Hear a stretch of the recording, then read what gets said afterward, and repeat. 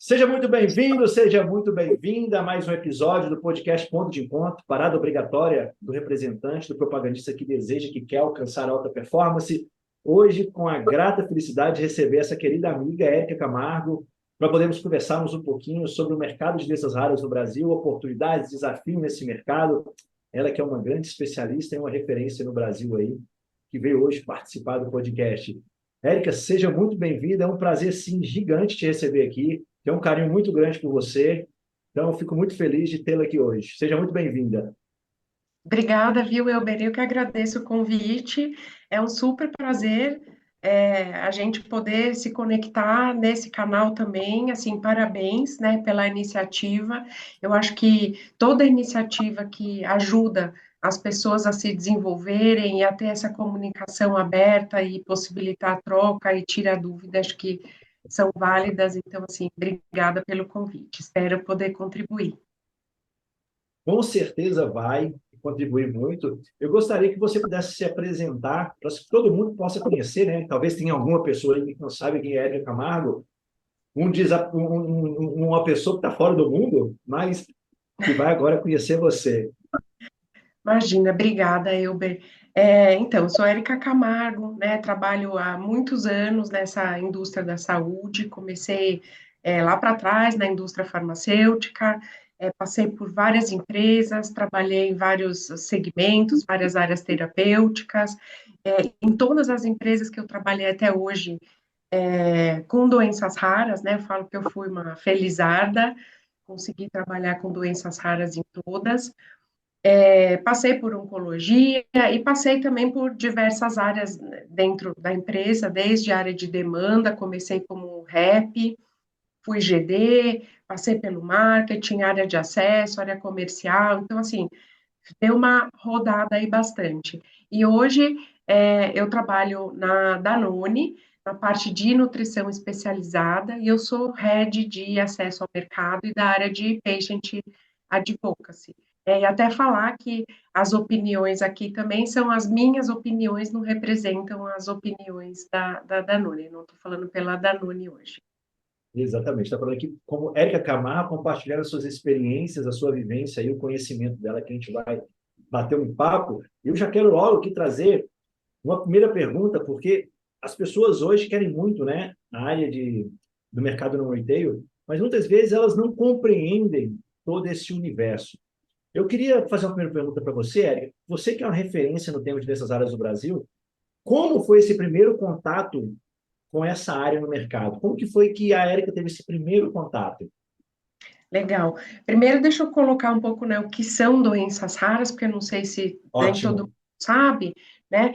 Mas doenças raras, elas estão classificadas por doenças que têm uma incidência de 65 65 nascidos a cada 100 mil nascidos vivos. 65 pessoas a cada 100 mil nascidos vivos, o que dá mais ou menos um para cada 2.300 pacientes. Então, são doenças, né, com uma prevalência baixa na população quando a gente olha de maneira individualizada, só que hoje existem 6 a 8 mil tipos de doenças raras.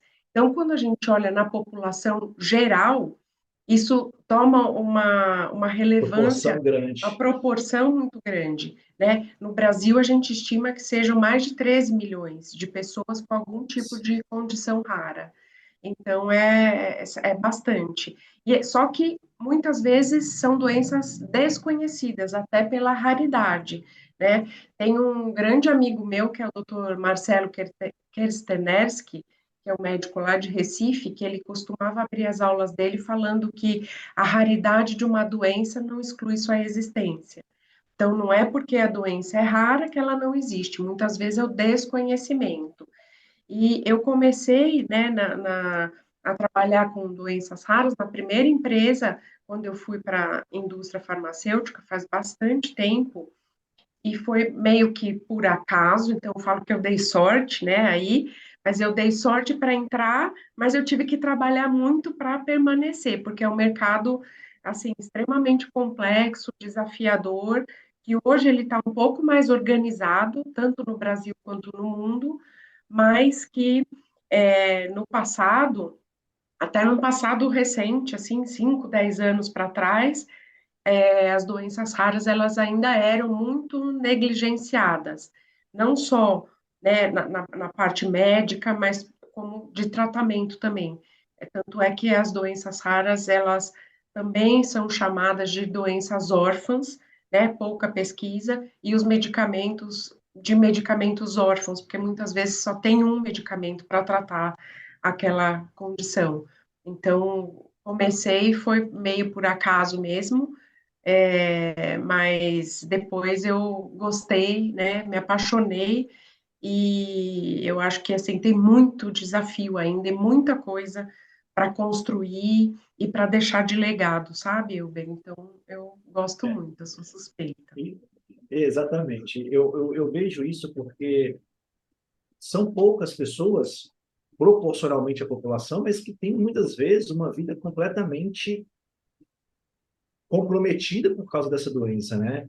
E a gente não está falando de Sim, uma pessoa porque é toda uma cadeia, toda uma família que está em volta daquilo ali, que é comprometida por causa dessa situação. E você falou aí sobre esses aspectos, né, da dificuldade do tratamento, desconhecimento da doença. O que tem sido feito hoje pelas políticas públicas e privadas para tentar localizar esses pacientes e proporcionar para eles uma condição melhor? Tem alguma coisa de política pública a respeito disso, Érica? agora tem, né? Depois desses anos para cá, de 2014 para cá, 15, que foi quando teve aqui no Brasil a primeira política pública de saúde que eles organizaram, né? Quais doenças que teriam centro de referência, quais seriam os centros de referência, que estruturaram um pouco uma política para atendimento de pessoas com doenças raras. Porque essas doenças, elas são via de regra, elas são doenças crônicas e elas são doenças degenerativas, são doenças progressivas, né?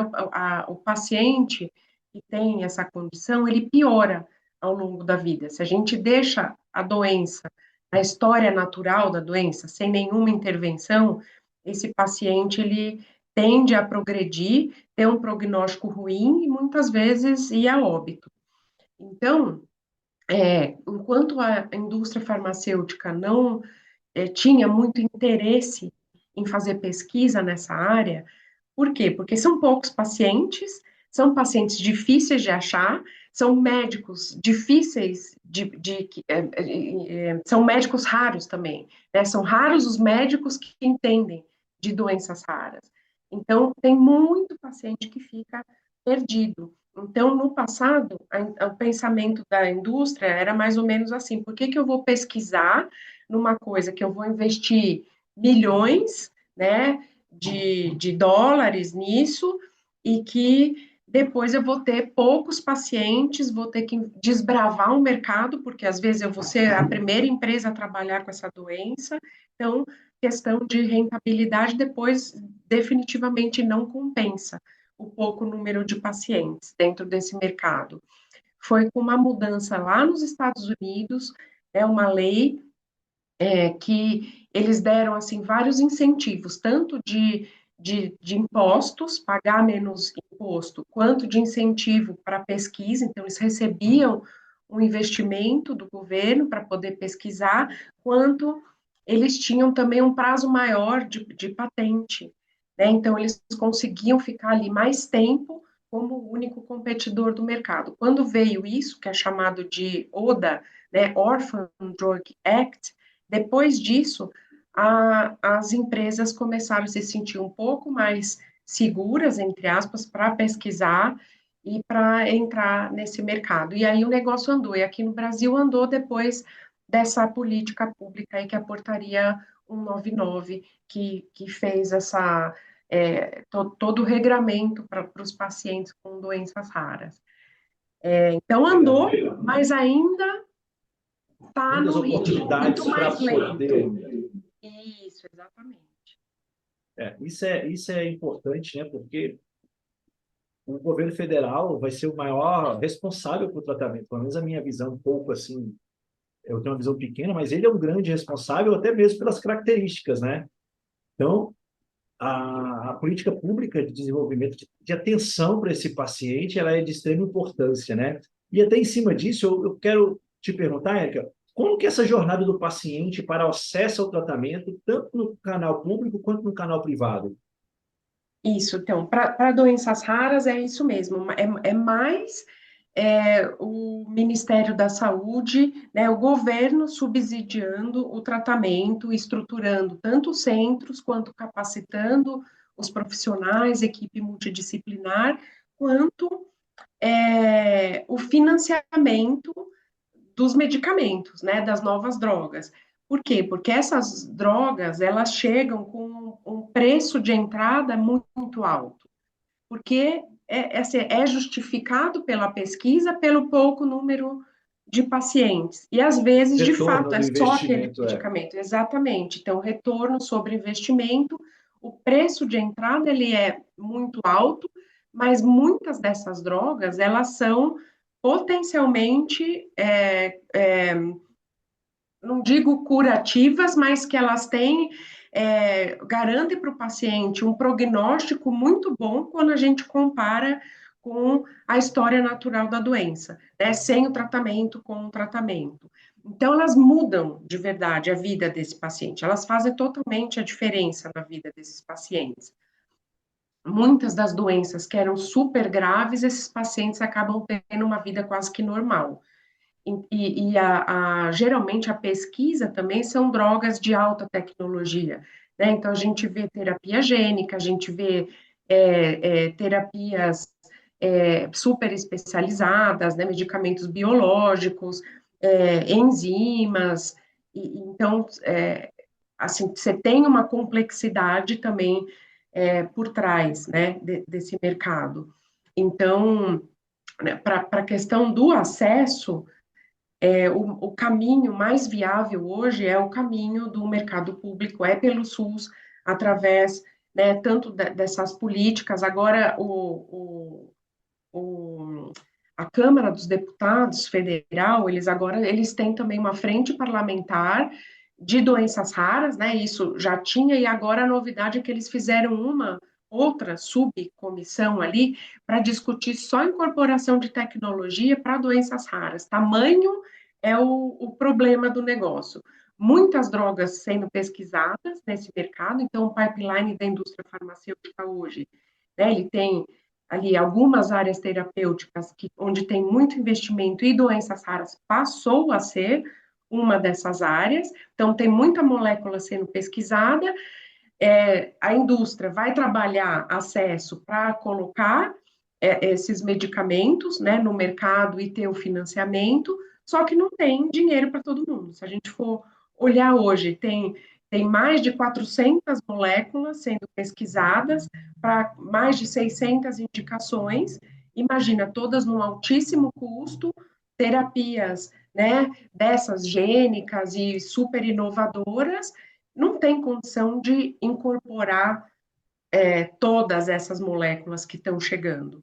Então, é preciso fazer escolhas, e aí acho que a saúde suplementar, né, o mercado privado, ele acaba ficando um pouco ali mais restrito quando compara com o tamanho do SUS. Na verdade, essas discussões, ultimamente, elas têm sido feitas até em conjunto, porque, né, vamos supor, se a gente tem um paciente que tem ali um plano de saúde não tão grande, dessas grandes empresas, resolve judicializar aquela operadora, dependendo do medicamento, dependendo do custo, ele pode quebrar uma operadora Aquele plano de dessas. saúde. É. Exatamente. Então, a judicialização, que é a pior via de acesso, mas é uma via de acesso hoje para doenças raras, ainda é feita em cima do Ministério da Saúde. Não, legal. E é importante a gente saber isso, né? Porque muitas vezes a gente não tem acesso a essa informação, porque a gente não tem ninguém próximo que passa por isso, mas ninguém está livre disso, né? Então, entender esse mercado, e principalmente o que a gente vai entrar para falar aqui agora, sobre oportunidades, né? Como que está a expectativa do mercado nos próximos anos ali? Você falou que tem muita molécula sendo estudada. O que tem, assim, de estudos mais avançados de chegada no Brasil aí que você vê?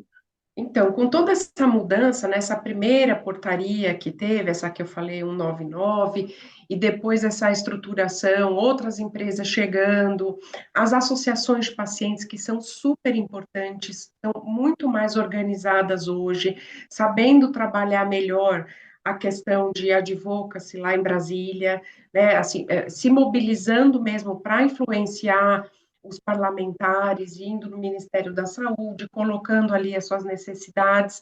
Eu acho que essa mudança toda de cenário, que está mais organizado agora para doenças raras, fez uma mudança muitíssimo interessante no mercado.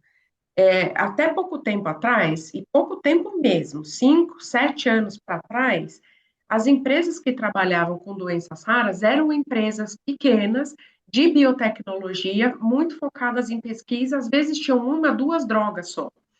As grandes empresas, as multinacionais, as grandes big pharmas, elas não trabalhavam nesse mercado, né? Quase a totalidade era assim. O que a gente viu nesse pouco tempo? Essas empresas menores que pesquisam as moléculas sendo compradas e as big pharmas incorporando e agora tendo sim interesse e se posicionando, inclusive, para o mercado, né, a marca da empresa se posicionando para o mercado como uma empresa, sim, que trabalha, que pesquisa dentro desse mercado de doenças raras. Tem vários exemplos, né? Tem Takeda, tem Novartis, tem a própria Roche, tem a AstraZeneca, que comprou a Alexon recentemente. Então, a gente tem, assim, inúmeros exemplos dessas big pharmas agora com seus núcleos dentro dessas empresas, núcleos de doenças raras, e aí focando, né, em desenvolver o mercado nessas patologias que eles trabalham. Então, desenvolvendo tanto a parte de treinamento com médicos, com QOLs, com profissionais de saúde, quanto a parte de associações de pacientes, quanto a parte mais de acesso, né, aí tanto nível federal quanto nível estadual também. Então, eles estão, o que a gente vê, né, muita molécula em pesquisa, um pipeline forte em desenvolvimento, e as multinacionais agora mais preparadas, mais estruturadas para atuar nesse mercado. Teve uma curva de aprendizado, sabe, nesses 7 anos aí. Legal. Você vê alguma movimentação hoje dos laboratórios nacionais também, nesse aspecto de tentando, buscando adquirir Para também acesso, com laboratórios? certeza. Para acesso, sim, né? Vários. Assim, né? O que a gente não tinha, por exemplo, estruturado a área de acesso, era muito mais nas multinacionais aí. Hoje, para trabalhar doenças raras é impossível você não ter uma área estruturada de acesso, assim como oncologia. Mas agora a gente vê as empresas nacionais estruturando as suas áreas de acesso também. Aí não para doenças raras, porque ainda essa pesquisa requer, né, uma tecnologia ali muitas vezes avançada que não é nem o foco, né? Não é que eles não têm, é que ainda não é o foco das empresas nacionais. Mas para acesso, sim. Por quê? Porque a gente vê que a competitividade ela é cada vez maior. E a gente vê, né, os bons resultados dos times de acesso, eu sou suspeita, mas é verdade, a gente vê, né, de também, aí é um pouco mais para trás, 20 anos não tinha time de acesso. Hoje a gente tem 70 empresas dentro da indústria farmacêutica, ou mais até, com áreas de acesso estruturada, visitando as mesmas pessoas. Então, tem, assim, oportunidade tem e vai ter cada vez mais, porque eu acho que a tendência é ter essa especialização e a gente se diferenciar, né, do trabalho. Porque, Elber, quando a gente pensa, a indústria ela mudou muito pouco em 100 anos, a maneira como a gente trabalha, né? De quando eu entrei, não faz 100 anos, mas faz mais de 20. Então, quando eu entrei para hoje, mudou muito na pandemia, depois da pandemia. Mas Que até a acelerou um pandemia, pouco mais, né? e O era resto vinha numa exatamente pegada a meio mesma constante. coisa. Eu acho que teve assim, né? diferença quando teve a área de acesso, 20, 15 anos atrás, mas fora isso, até a pandemia era mesmo tipo de trabalho, a mesma maneira como a gente, né, trabalha a estratégia, trabalha o marketing, trabalha a propaganda, trabalha a demanda, a parte de vendas, é tudo igual. Agora, depois da pandemia, a forceps, o negócio foi mudando, e então eu acho que tem essa tendência, sabe? Até olhando, né? Um pouco é achismo, mas muito também em fatos. Quando a gente olha pipeline, é um fato, quais áreas que estão em pesquisa. Então, a gente tem doenças raras, a gente tem oncologia, a gente tem imunologia, a gente tem doenças metabólicas, a gente tem doenças infecciosas.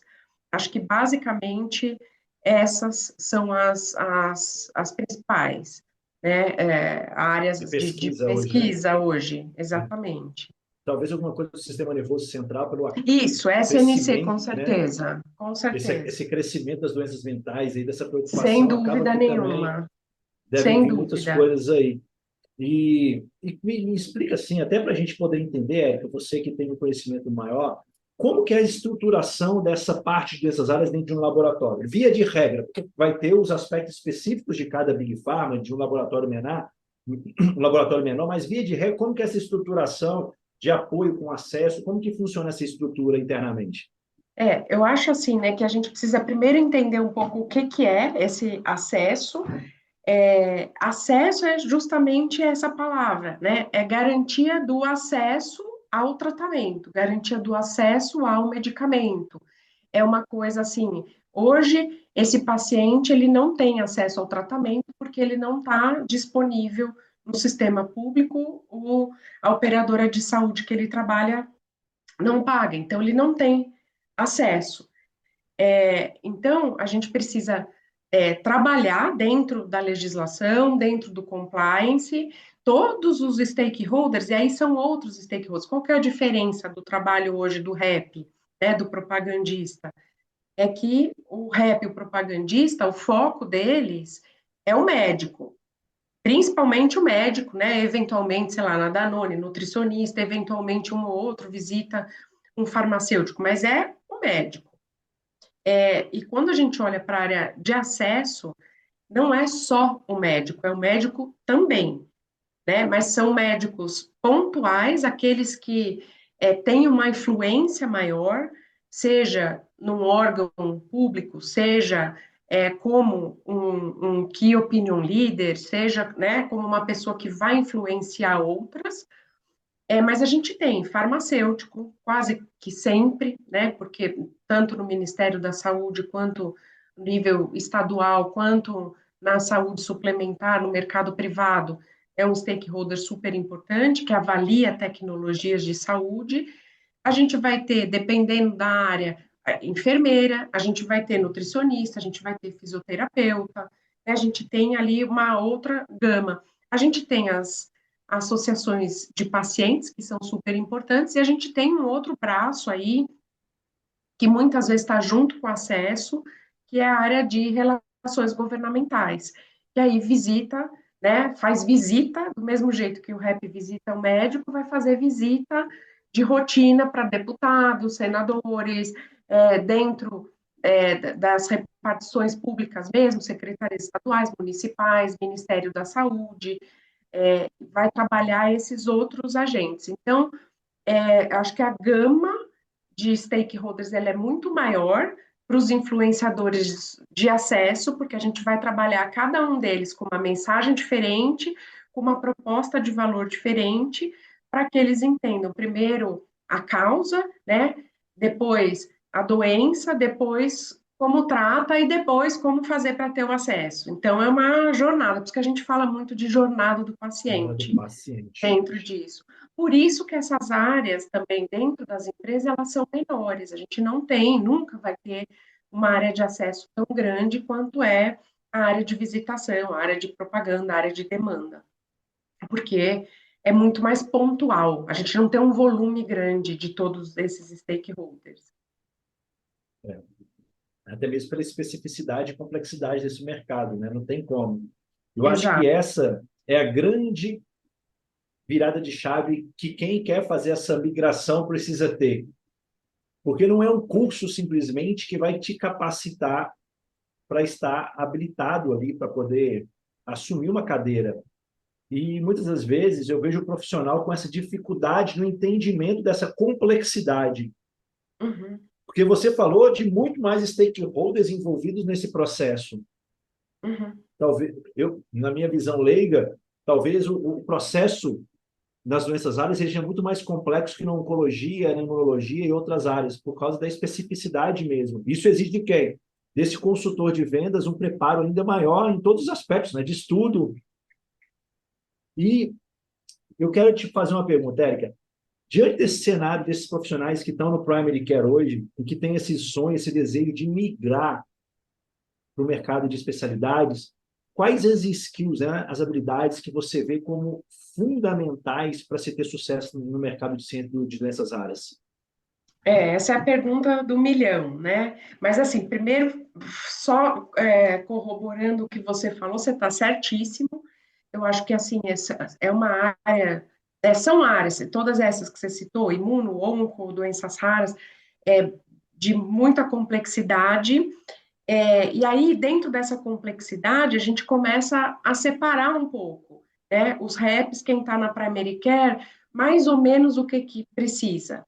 A gente aqui, desse lado, a gente fala muito de ciência. Então, você precisa ser alguém que gosta de estudar, uma pessoa com perfil técnico, né? Eu não acho assim que tem um perfil pronto. Ah, esse perfil é o perfil. Não, acho que dentro do perfil, inclusive você fala sobre esse perfil comportamental, não importa o perfil. Acho que dentro de cada perfil existe aquilo que as pessoas podem se desenvolver, mas via de regra vai precisar estudar muito, vai ser alguém que precisa ser curioso, precisa entender que não vai ser um sim da primeira vez, às vezes você precisa ter muita resiliência, né, porque você toma muitos nãos até você achar um sim, alguém que consiga influenciar, que tenha uma boa comunicação, e aí você percebe que eu estou falando muito mais de soft skill do que de hard skill, porque o hard skill, se a pessoa fala, não, eu sou uma pessoa que eu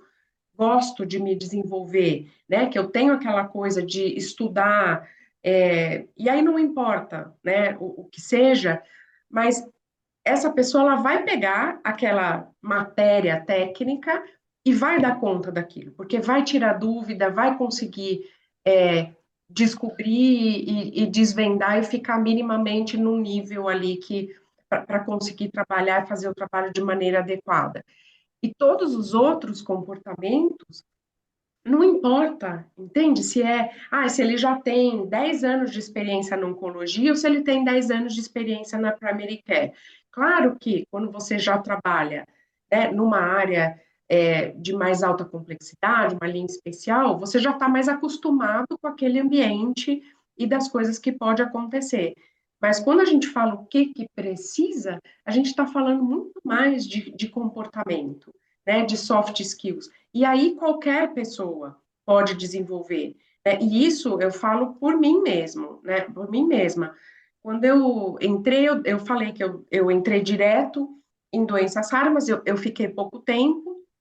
Fui para a Roche, e na Roche eu fui trabalhar com Bactrim, com vitamina, com coisa assim muito básica. Fiquei pouquíssimo tempo, acho que eu fiquei uns 6 meses. Mas por quê? Porque eu tinha esse perfil, eu gostava de estudar, eu era curiosa, eu já tinha tido uma passagem, ainda que curta, né, nesse outro mercado. Eu gostava de ir lá e falava, pode me dar coisas difíceis que eu quero entender, eu vou estudar. Eu sempre pedi ajuda para as pessoas, eu ia ouvir aqueles que sabem mais, né? Então, eu também fiquei pouco tempo, e eu também estava na primary care, e eu mudei para uma área de transplante, em pouco tempo. Eu também não conhecia nada de transplante, e me colocaram para fazer o Brasil inteiro, visitar todos os centros de transplante do Brasil inteiro, de Porto Alegre ao Ceará. Então, assim, um super desafio para alguém que era, né, meio que neófita nessa área. Então, E assim, eu estou dando meu exemplo, né, porque eu estou aqui falando, mas assim, eu já vi outras pessoas e já contratei outras pessoas que tinham pouca experiência ou quase nenhuma e que no fim estão voando. Dou exemplo de uma agora que está trabalhando comigo, gente, que menina maravilhosa, assim, tá? Nunca tinha trabalhado na indústria, trabalhou, veio zero, do nada, assim, né, Crua, de crua, crua. conhecimento, neófita mesmo. Ela trabalhava em hospital e está voando, assim, em acesso, sabe? Então, eu acho que é muito da pessoa ir buscar, da pessoa se expor e de não ter medo e de estudar, porque você não pode ir para um processo seletivo sem estar preparado. Não, oba-oba, a gente não ganha nada, não tem como. Esse somebody love, esse xalalá, não cola, né? Pode colar no Primary Care, mas aqui não tem jeito, né? Não vai colar, de jeito nenhum. Não, você tem que estar preparado, tem que saber o que você vai falar. Né? Se é para apresentar um case, você tem que saber como apresenta um case, você tem que estudar aquele case, você tem que trazer proposta, você tem que mostrar qual é o problema, o que, que você traz de solução, né? Tem que ser estratégico. Estratégico não é uma hard skill, é uma competência que a gente vai desenvolvendo, é soft skill, olhar estratégico, análise, né, e atenção a alguns detalhes, enfim, dentro do seu perfil, sabe? Então, às vezes, eu vejo também, Elber, muitas pessoas que falam, ah, é porque é tão difícil, ah, é porque eles vão pegar da oncologia para doenças raras, eles vão pegar do hospitalar para oncologia, eles vão pegar da oncologia para acesso, e a gente não tem oportunidade. Não é, e esses que saíram, que estavam no hospitalar, abriu a vaga dele, o outro que saiu, você não tem como ficar com aqueles mesmos profissionais. Por quê? Porque está expandindo. Eles vão precisar de outros, já estão precisando. E a gente vai abrir para essas pessoas que são boas pessoas, né? Que a gente enxerga isso, que tem essa vontade mesmo e que mostra, né? Não é só, ah, é meu sonho trabalhar no acesso, ou meu sonho trabalhar com dessa área. Quem vai contratar não está interessado no seu sonho, né? Com todo respeito, mas eu não quero nem saber do seu sonho, eu quero que você resolva o meu problema do lado de cá. Então, eu quero uma coisa estruturada e que me mostre isso, essa vontade, e a gente ensina, a gente vai ensinar, né? Se a pessoa estiver disposta a aprender. Não sei se faz Eu- sentido. Faz muito sentido. Eu vejo que isso é muito louco, assim, porque as pessoas falam, nossa, meu sonho é isso. Cara, quando você tem um sonho, você está mentalizando esse sonho. Ah, eu quero comprar uma casa. Como que é a casa que você quer comprar? Eu quero que são 2 andares, é térreo, com piscina, sem piscina, com área de churrasco, sem área de churrasco, com gramado, com árvore. Como que você quer a casa? Você está mentalizando. Então você está sonhando e você está ali. Agora as pessoas falam, meu sonho é vir para o mercado dessas áreas. Tudo bem, mas o que faz o consultor dessas áreas? Como que é a cadeia de influência e de complexidade do sistema? Claro que você, na contratação, você não quer que aquela pessoa tenha o mesmo nível de conhecimento do que um profissional sênior que trabalha há Claro. muitos anos no mercado nessas áreas.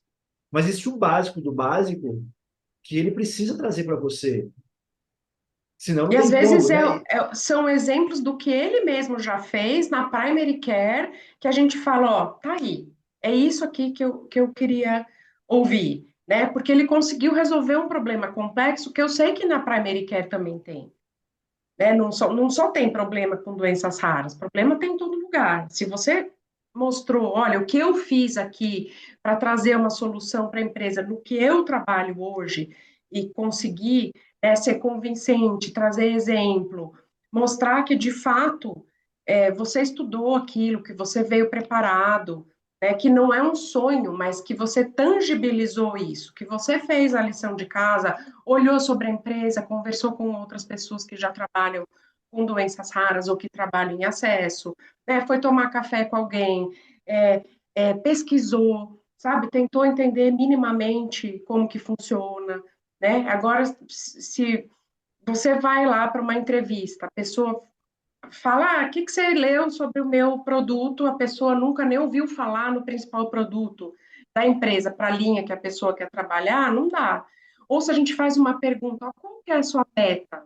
A sua meta hoje, na empresa que você trabalha hoje, a pessoa não sabe falar, gagueja, não sabe quanto ela tem que vender, ou não sabe meta de visitação, não sabe quais são os KPIs, né, como ela é medida, se ela não sabe nem o que ela faz, né? Aqui Como que não a vai gente. mudar porque é o comportamento, né?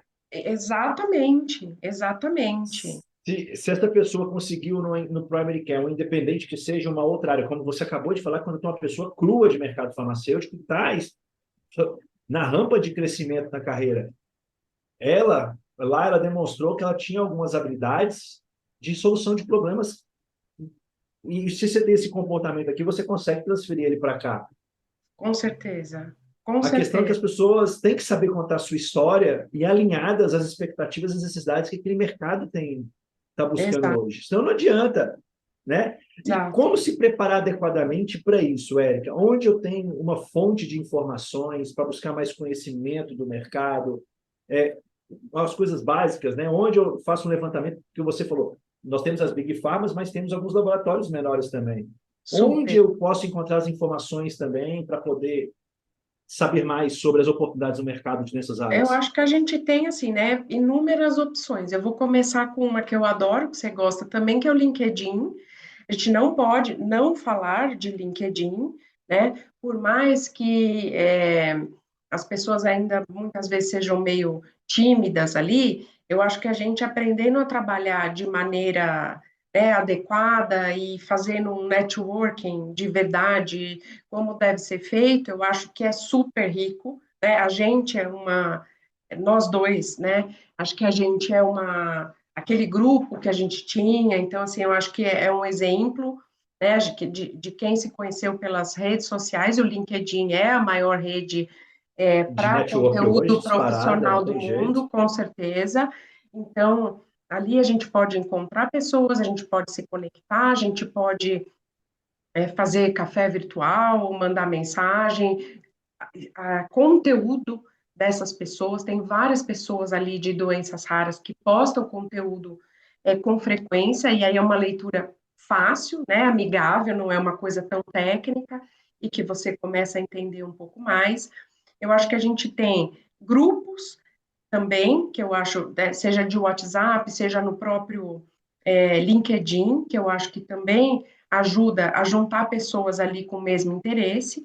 A gente não está mais numa pandemia, então, se você tem interesse por uma determinada área, você pode participar de um congresso, você pode participar de um evento, de alguma troca presencial, onde você vai conhecer pessoas ali, né, nos estandes, fazendo aquele networking também que é tão importante dentro de um congresso. E a gente tem a outra parte que é mais técnica, que aí entra desde a parte de mentoria, a parte de coaching, a parte de estudo mesmo em livro, em papers, em jornais, né? E que eu acho que isso ele deixa a pessoa também muito mais robusta. Mas aí eu acho que é cada um dentro do seu perfil, de novo, e dentro do que você almeja. Né? Se você já está na fase final de um processo, você pode muito bem ir para, né, uma mentoria, um coaching, pesquisar ali mais a fundo uma determinada área terapêutica. Se você está iniciando, começa fazendo esse networking, e geralmente as pessoas que estão, né, no meio, a gente sabendo como abordar, as pessoas são receptivas, né? Elas entendem ali. Eu acho que o que vale para o outro que está me procurando num determinado momento pode valer para mim lá na frente, no momento que eu também precise de alguma informação ou precise de uma ajuda. Então, eu acho que é assim que o network ele é uma troca. Então, eu acho que Não, isso é muito a importante. via de dupla mão, né? Isso. Eu percebo algumas coisas que as pessoas têm uma dificuldade de fazer network porque elas têm um medo do não tão grande que acaba travando elas de buscarem contatos, Uhum, sabe? uhum, E você, a mesma coisa, eu bato nessa tecla e hoje veio uma pergunta na caixinha de perguntas do Instagram lá, falando sobre isso. Eu vejo que o maior desafio hoje é você criar valor nas relações que você tem, seja com o médico, que é o seu cliente hoje, seja com pessoas no LinkedIn. Porque uhum. quando você chega numa posição como a sua hoje, uma gerente, uma rede de acesso no Brasil, você é assediado de todos os lados. O assédio, não no sentido pejorativo, mas o No bom assédio de sentido. pessoas te procurando para Uhum. uma dica, um conselho, vagas e por aí vai. Então, você acaba ficando sobrecarregado com o excesso de pessoas te procurando. E acaba que a grande maioria, né, a gente volta ali sempre no Pareto, a maioria das pessoas vão ser aquele mais do mesmo que não gera valor, não gera curiosidade, não gera interesse da outra parte. Então, eu Exato, tenho que, como eu posso chamar a atenção, gerar valor nessa relação para ganhar a atenção dessa pessoa e ela ter interesse em me conhecer? Essa é a exato, grande exato. pergunta. Que é justamente essa proposta de valor do profissional, mesmo que você seja alguém muito jovem de idade, ou muito jovem na indústria farmacêutica, ou muito com pouca experiência, né? É, a gente tem vontade de ensinar também, porque assim, eu já passei por isso, né? Na minha época ainda nem era pior, porque nem essas redes tinham, né? Então era ainda mais difícil. Mas você tinha que ter alguém que vai te ajudar, que vai abrir portas, que vai te dar uma dica ou outra. É claro que as pessoas são atribuladas, etc. Mas quando a gente quer, que a gente vê valor, a gente arruma tempo. Por isso que a gente está aqui, inclusive, né? Porque, assim, eu Exato. vejo valor nisso que você faz. Então, eu vou estar aqui porque eu também aprendo quando eu venho aqui, a gente tem uma troca, é gostoso, é leve, então a gente arruma tempo, né? É difícil marcar? É difícil, mas a gente dá um jeito, Estamos né? aqui, né? Exatamente. E eu acho que é assim também, né? Eu acho que curso, né? A gente falou um pouco da Tense, eu acho que a Tense é excelente também para essa questão de network. Não tem só a Tense, tem outras também, né? Claro. Mas que eu acho que, ou às vezes curso que não precisa ser por exemplo, curso, sei lá, vou fazer um curso de doenças SARS. Não, às vezes pode ser curso de pensamento criativo, curso de inteligência emocional, né? Que são coisas que agregam no seu dia a dia e que te ajudam a estar mais preparado dentro dessa competitividade para se destacar no mercado de trabalho, né? E até mesmo para enfrentar esses desafios, né, que o mercado traz para a gente. Então, eu falo, e é uma coisa que eu aprendi para a gente ver, comportamentos que a gente aprende. Eu, quando Uhum, estava na indústria, eu não tinha networking. Ontem, eu conversei com 5 profissionais de sucesso na indústria farmacêutica no dia, 5, no mesmo dia.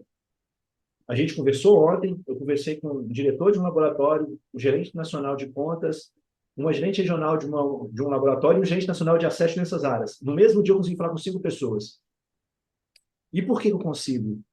uhum, É a maneira como você se posiciona para gerar valor para aquela pessoa, ela tem um interesse em conversar com você. Eu não uhum. estou falando em aspecto financeiro, porque a gente aprende com todas as pessoas, sempre tem alguém, algo para contribuir com a outra. Agora, o Sim, que eu posso gerar de valor para essa pessoa para ela ter interesse? Eu acho que esse exercício vale para toda a nossa carreira e quem aprende a fazer isso consegue alcançar coisas de uma maneira muito mais simples e mais sólida na carreira do que outros que não fazem isso. E aqui a gente está total. falando de competência, né? Total. Não, eu acho que assim são duas coisas, né? A primeira é realmente a importância disso é fundamental.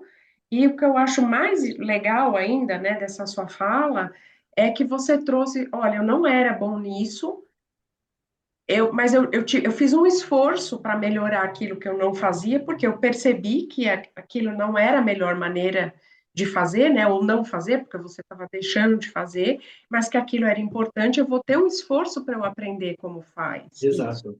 né? Talvez lá para trás você também não tivesse tão bom, né, pode ser que você não conseguisse falar com 5, porque você ainda estava tateando, mas você começa, você bate a cabeça, errou, tomou um não, por isso que eu falei, levou um não, ou a pessoa nem te respondeu, né, te ignorou, o E ghost ali, acontece, até hoje claro, acontece. até E tá, hoje, e tá e tudo tá bem. tudo bem, porque a gente vai focar onde? No sim que a gente recebe, né? Naquela Exatamente. conexão que a gente faz e que depois a gente não perde mais. É isso que é o mais legal, né? Se a gente faz uma boa Continuar interação, cuidando, não tem jeito, né? Você você continua cuidando. Exatamente. Aquilo lá, você pode ficar um ano sem falar com a pessoa. Mas na hora que falar, nossa, que bom que a gente está falando, e aí, que legal, né? Como tá? O que que eu posso fazer? Que tem alguma coisa para a gente fazer junto? Me conta, sabe? Porque a- a- cria aquele vínculo, né? Eu acho que isso é E quanto difícil de mais você quebrar. faz, mais natural fica, porque você Uhum, faz uma influência positiva. uhum, E você falou, uma das habilidades mais importantes é a comunicação e influência que o consultor de mensagens precisa, porque o nível de stakeholders que ele vai conversar ele é muito grande. uhum. Então, se você já começa de uma maneira positiva a fazer contatos, você já demonstra que você tem uma facilidade de se conectar com outras pessoas. E na carreira, nessa complexidade do mercado de doenças raras, vai fazer diferença também para a pessoa. Super.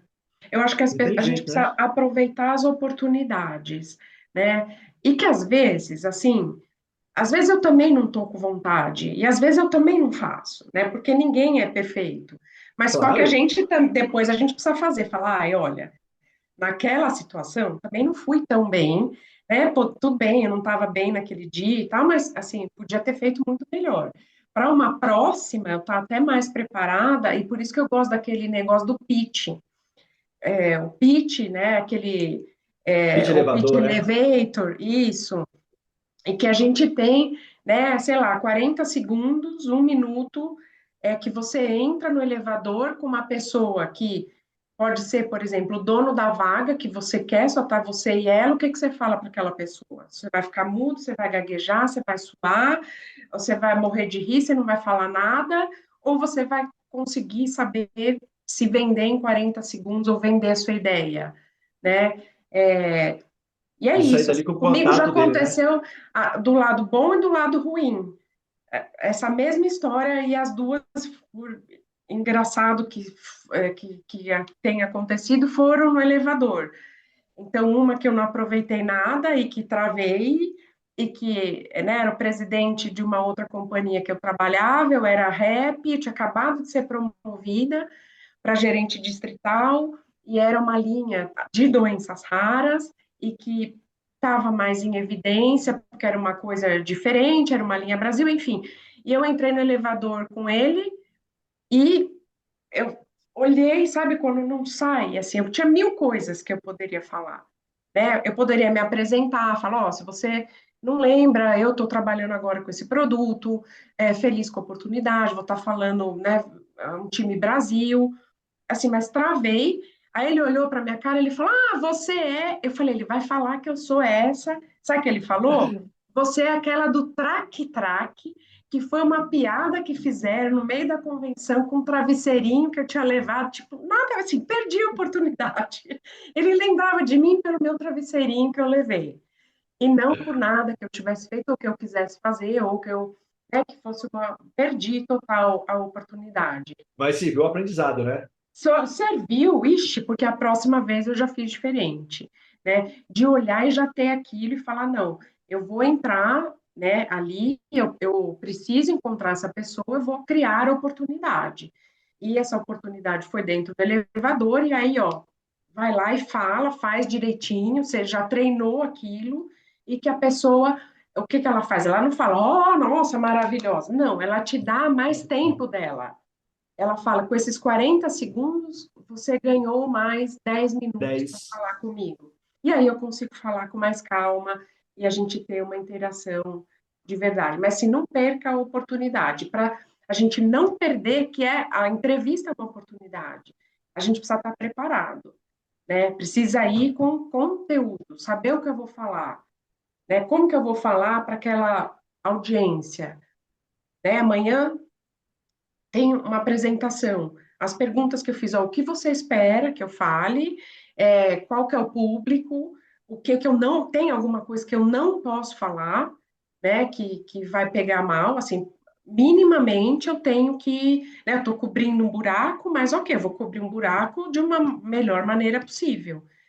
com as Então, minhas limitações por não conhecer tudo, mas também para não falar nada também que vai estragar e causar exatamente. uma impressão terrível depois. Exatamente, até porque a impressão que fica também é nossa, né? Não quero ser Com lembrada certeza. pelo traque-traque, eu quero ser lembrada pelas coisas que eu tô, né? Alguma coisa que eu construí, um legado. Então, eu acho que isso é super importante. Não, com certeza. E o próprio LinkedIn, né, quando você faz uma abordagem, não deixa de ser um pitch do elevador, né? Porque você tem uma mensagem que ela não pode ser grande demais, não pode ser curta demais, tem que ser no tamanho certo, criar uma curiosidade para aquela pessoa te, te responder. Então, é o pitch de elevador do bem, né? Então, a gente tem que, Total, quanto mais você treina, melhor você se capacita para isso. total. Érica, me fala uma coisa ainda sobre esse aspecto. Quais são os maiores desafios para o mercado dessas áreas no Brasil hoje? Olha, tem alguns, eu acho que, assim, para doenças raras, um que vai sempre ter é a questão do diagnóstico, né? É muito difícil fazer diagnóstico, porque, como eu falei lá no começo, são poucas as pessoas que conhecem essas doenças raras, e são muitas, né? Eu falei de 6 a 8 mil, e só 5% dessas têm tratamento com medicamento. Só 5% dessas 6 a 8 mil tem tratamento com algum medicamento, é muito pouco. Falando de 300, 400 É, doenças. é É, muito, muito pouco, muito pouco. É, então, essa questão do diagnóstico, ele é um ponto principal, né? A outra é o desconhecimento de fontes confiáveis mesmo, né? De onde buscar essas informações, de você ter uma rede estruturada, uma rede, um centro de tratamento, profissionais capacitados. Eu acho que isso é complexo. E a terceira é acesso, né? E aí a gente entra nessa dificuldade de acesso, a gente entra a parte de financiamento da saúde, quem que vai pagar essa conta, né? Um monte de molécula em pesquisa, drogas que realmente são boas, que fazem toda a diferença na vida desses pacientes, quem que vai pagar essa conta? E aí é a dificuldade de acesso. E de achar bons profissionais também, sabe? Eu acho que aí é uma outra coisa que a gente precisa olhar até para acesso também.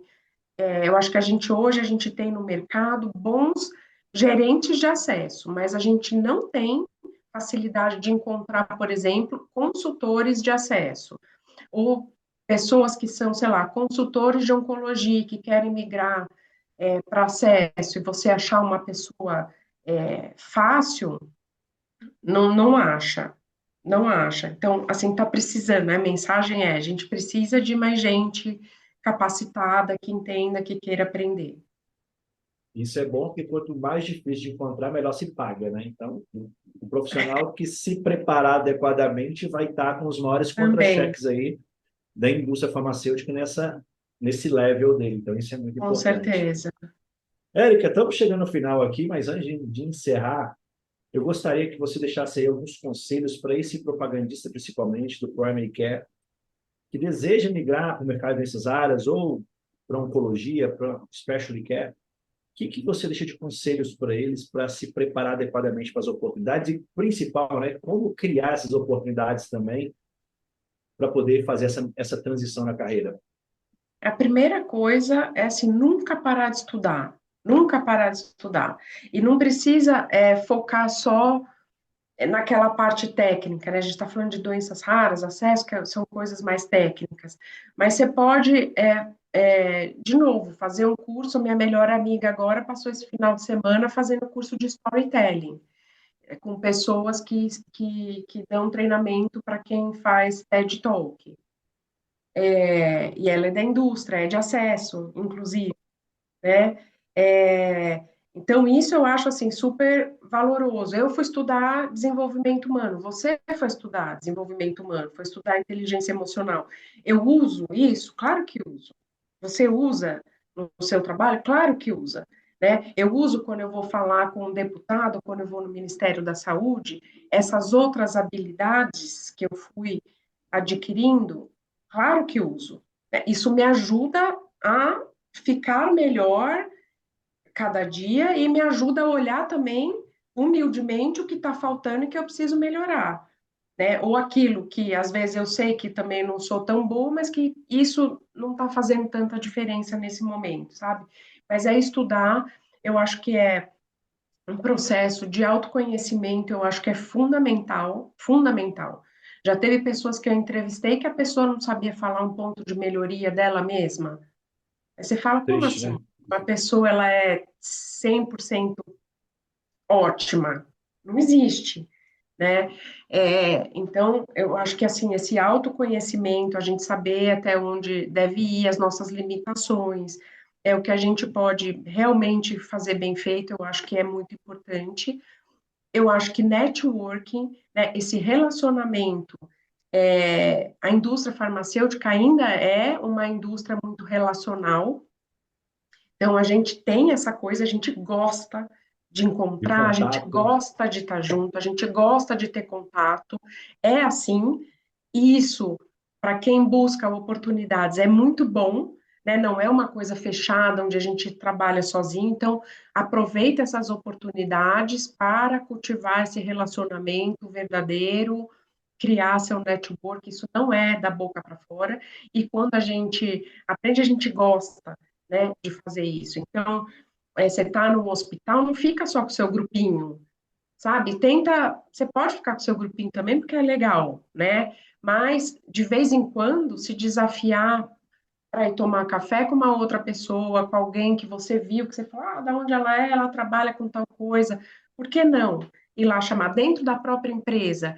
Por que não se desafiar e, e falar com uma gerente de produto, né? E falar com alguém da área médica, alguém de treinamento, sabe? Ver outras possibilidades. E eu acho que também, assim, eu vejo uma outra coisa que me incomoda muito, Elber, é as pessoas que colocam aquela coisa e reclama, sabe? E tá Nossa, sempre reclamando e fala, porque eu não consegui aquela vaga, porque não me dão oportunidade, porque o meu chefe é isso, a empresa é aquele outro, aquela coisa, você aponta todos os dedos para tudo, mas ela menos não para si olha mesmo, nunca né? para ela mesma. Por isso que eu acho que esse autoconhecimento é fundamental até para você evitar esse tipo de questão, né? Então, assim, foram vários, mas basicamente né, é o lifelong learning, então você vai estar sempre estudando, vai aproveitar as oportunidades, vai treinar seu relacionamento, seu networking e vai fazer esse processo aí de autoconhecimento, seja com terapia, com meditação, com o que você quiser, mas que te ajude, né, a melhorar como não só como profissional, mas como pessoa também. Claro. Eu vejo isso aí fundamental, sabe? O autoconhecimento, a gente que trabalha o desenvolvimento humano, que foi picado por esse mosquitinho, né? A gente só tem uma data de início para começar a investir nisso, porque a gente sabe que a vida toda a gente vai necessitar desenvolver, porque a gente vai chegar num platô e aquele platô vai apresentar novos desafios para a gente vai ter que desenvolver novas habilidades, potencializar forças. Eu vou chegar no outro platô na minha carreira e eu vou olhar novos desafios, então a gente não vai parar de aprender nunca. Isso E aí. principalmente nessa velocidade hoje, né, da informação que está chegando para a gente. Né? Exato. E a gente sempre vai olhar alguma coisa que a gente olha e fala, nossa, esse cara sabe muito disso. E você fala, ai, que legal, né? Vou aprender isso que talvez hoje não tenha muito a ver com o que eu estou fazendo, mas que aquilo lá me encantou de alguma maneira. É aquela história, né, de você não ficar em grupinho, que eu falei, você está no hospital, no consultório, não fica só no seu grupinho, e é a mesma história com quem você senta na mesa.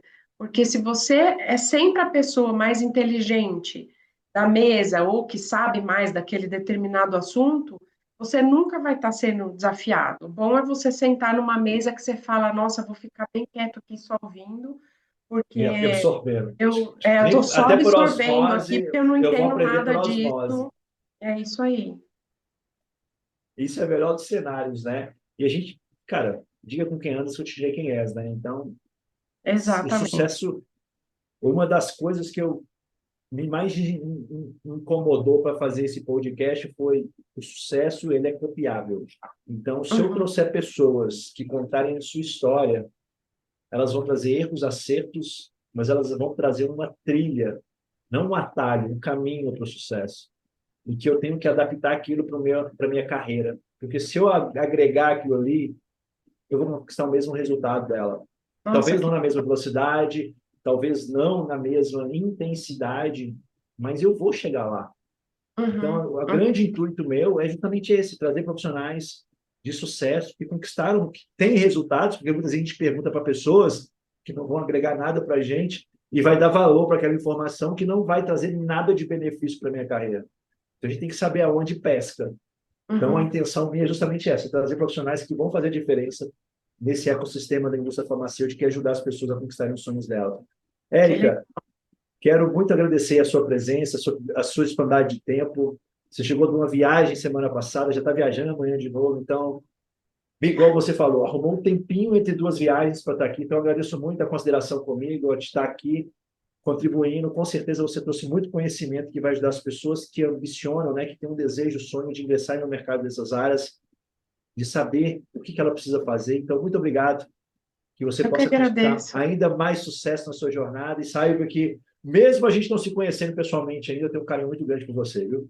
A recíproca é verdadeira, eu que agradeço. Assim, foi leve, o tempo passou que a gente nem viu. E é como eu falo, a gente, toda interação, a gente tem um aprendizado, tem uma reflexão, e eu acho que isso é bom para mim também, né? Como aprendizado e como discussão, e poder aprender com você, e a gente está junto aqui. E com certeza vai chegar o nosso momento aí de dar aquele abraço, viu? Não vai ser só um Em abraço breve, se Deus virtual. quiser. Pessoal, chegamos ao fim de mais um episódio do podcast. Eu quero convidar você agora para curtir esse vídeo, compartilhar esse vídeo, deixar seu comentário, porque você ajuda a gente a levar essa corrente do bem para outras pessoas que querem, que precisam do conhecimento, que querem alcançar alta performance. Fiquem com Deus, uma ótima semana. Fui, obrigado, Érica.